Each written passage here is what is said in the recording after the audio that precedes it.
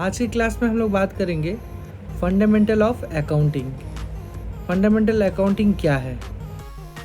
Fundamental accounting का basic principle है किसी भी कंपनी या बिजनेस का फाइनेंशियल ट्रांजैक्शन का रिकॉर्ड, एनालिसिस एवं रिपोर्ट करना। इसके अलावा matching principal, principle of conservative या और भी है।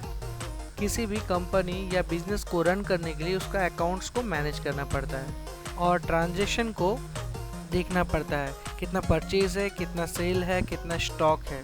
ये सभी चीज़ को हम लोगों को एंट्री और कैलकुलेट करके रखना चाहिए। इससे पहले के टाइमिंग पे एक मुनीम जी होते थे जो एक बही खाता में इसका हिसाब किताब रखते थे, मगर अभी एक से अधिक कंप्यूटर सॉफ्टवेयर होने के कारण मैक्सिमम ट्रांजैक्शन अभी यही सॉफ्टवेयर सब में किया जाता है। अब हम लोग जानेंगे फंडामेंटल अकाउंटिंग में कोई भी कंपनी या बिजनेस में अकाउंट को मैनेज करने के लिए किस तरह के वर्ड को इस्तेमाल किया जाता है, वो इम्पोर्टेंट वर्ड्स क्या है और एक बिजनेस किस तरह से सेटअप होता है।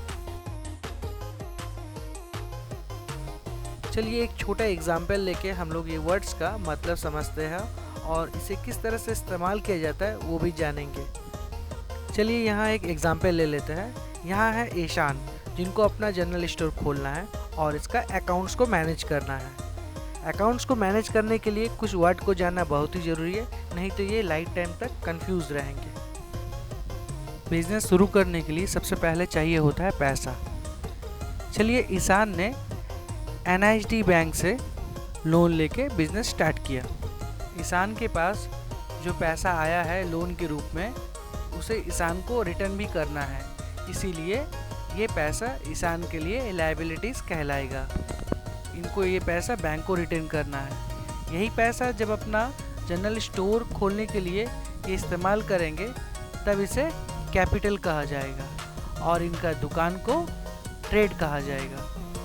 यहाँ ऑनर और ट्रेड दो अलग अलग चीज़ है।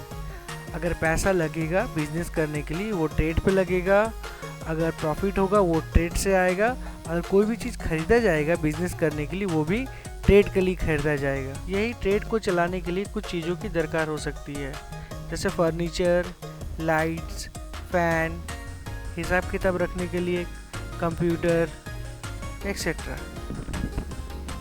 ये कुछ इम्पोर्टेंट चीज़ है जो हमें बेचना नहीं है मगर हम लोग को बिजनेस करने के लिए ज़रूरत पड़ता है। ये चीज़ को हम लोग कहेंगे एसेट। ये दुकान हुआ, ये बिल्डिंग हुआ, या यहाँ पर बिजनेस करने के लिए हर सामान हो गया एसेट्स। फिर से कुछ सामान खरीदना पड़ेगा बेचने के लिए, मतलब अपना बिजनेस करने के लिए कुछ सामान वो खरीदेंगे। बिजनेस में फिर से सेल करने के लिए जो सामान हम लोग खरीदते हैं उसको गुड्स कहते हैं। इससे पहले भी ईशान ने कुछ सामान खरीदा था अपने बिजनेस करने के लिए, अपना ट्रेड के लिए, मगर उसे बेचा नहीं जाएगा तो इसे एसेट्स कहते हैं। हाँ, कुछ सामान जो अभी खरीदा जा रहा है बेचने के लिए, प्रॉफिट करने के लिए, बिजनेस करने के लिए, तो उसे हम लोग गुड्स कहेंगे। इससे ही प्रॉफिट करके एक बिजनेस खड़ा होगा। ये जो गुड्स होता है ये दो तरह का होता है। एक होता है रॉ मटेरियल, मतलब कच्चा माल जिसको बनाना पड़ता है, और एक होता है रेडीमेड, मतलब बनाया। अभी ईशान ने तो एक जनरल स्टोर खोला है तो उसमें हम लोग बनाए ही प्रोडक्ट को सेल करेंगे। तो ये जो हम लोग बनाया प्रोडक्ट गुड्स खरीद रहे हैं इसको परचेज कहेंगे और इसका एंट्री होगा अकाउंट्स पे, परचेज का रजिस्टर पे। ईशान इसके बाद अपना गुड्स को जब बेचेगा या सेल करेगा तो उसका एंट्री उसको करना है सेल अकाउंट पे। इस तरह से हम लोग इजीली समझ सकते हैं गुड्स जब हम लोग खरीदेंगे तो वो परचेज का एंट्री में रजिस्टर करना पड़ेगा, और जब उसको कोई कस्टमर को बेचेंगे तो वो सेल का एंट्री में उसको रजिस्टर करना पड़ेगा। ठीक इसी तरह से कैपिटल को इन्वेस्ट करके किसी से माल परचेज करना है और किसी को माल सेल करना है। और इस दौरान अगर ईशान को कोई पैसा या कुछ पैसा निकालना पड़े तो वो निकाल सकता है अपने निजी खर्च के लिए, तो उसे हम लोग कहेंगे ड्राइंग।